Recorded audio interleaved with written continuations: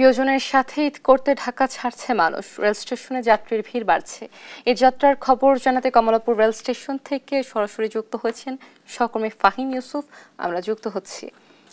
ইউসুফ, কেমন ভিড় দেখছেন? সব ট্রেন সময় মতো ছেড়ে যাচ্ছে কিনা? রেলের সার্বিক পরিস্থিতি আমাদের জানাবেন।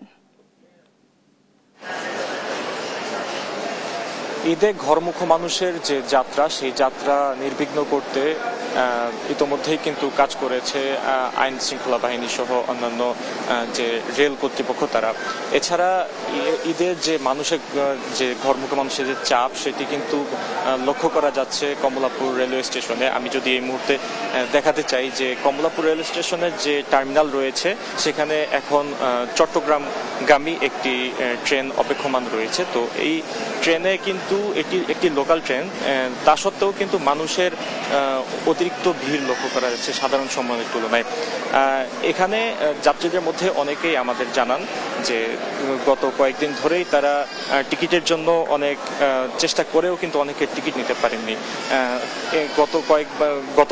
গত ঈদের যে নিয়ম ছিল, সেই নিয়ম অনুযায়ী কিন্তু এবারও অনলাইনে শতভাগ টিকিট বিক্রি হচ্ছে।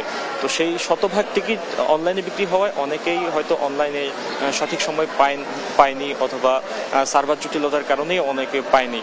তো অনেকে এখন স্ট্যান্ডিং টিকিটের তাদের জন্য শেষ ভরসা হিসেবে তারা বলছেন। তো স্ট্যান্ডিং টিকিট কেটে আবার অনেকে স্ট্যান্ডিং শেষ সময়ে এসে স্ট্যান্ডিং টিকিটও পাচ্ছেন না। তো যে সার্বিক যে পরিস্থিতি, সেটি হচ্ছে যে যার মতো চেষ্টা করে আর কি দিন শেষে বাড়ি ফেরার জন্য তারা চেষ্টা করছেন।